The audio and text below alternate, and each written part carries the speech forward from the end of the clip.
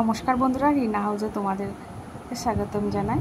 চলে এসেছি আবার একটা রেসিপি নিয়ে। এটা হচ্ছে চালতা আমড়া দিয়ে চাটনি। কিভাবে করব সম্পূর্ণ রেসিপিটা তোমাদের সাথে শেয়ার করলাম।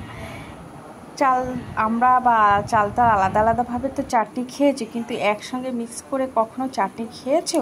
চলো আমি কিভাবে বানাচ্ছি ফলো করো। এটা কিন্তু অসাধারণ টেস্টি হবে। তোমরা বাড়িতে কিন্তু একবার বানিয়ে দেখতে পারো। আমি চালতা আর আমড়াগুলো কেটে প্রেশার কুকারে হলুদ আর লবণ দিয়ে একটু জল দিয়ে সামান্য একটু সিদ্ধ করে নেব। দেখো আমার সিদ্ধটা হয়ে গেছে, খুব সুন্দর সিদ্ধ হয়ে গেছে। এবং তারপরে আমি একটু হাত দিয়ে বা হাতার সাহায্য দিয়ে কিছু দিয়ে একটু চটকিয়ে নেবে, তাহলে বেশ ভালো হবে। এবার কড়াইতে একটু সর্ষের তেল দিয়ে একটু সর্ষ ফোড়ন দিয়ে চালতাটা ঢেলে দিলাম। আর এখানে আমি চিনি বা গুড় ইউজ করছি না, এটা আমার একদম ফ্রেশ রসগোল্লা নিয়ে এসেছিলো, তার রসটা ছিল, তাই আমি একটু রসটা ব্যবহার করলাম এর মধ্যে। আর এই যে নারকেল কোড়াটা আমি দিয়ে দিলাম।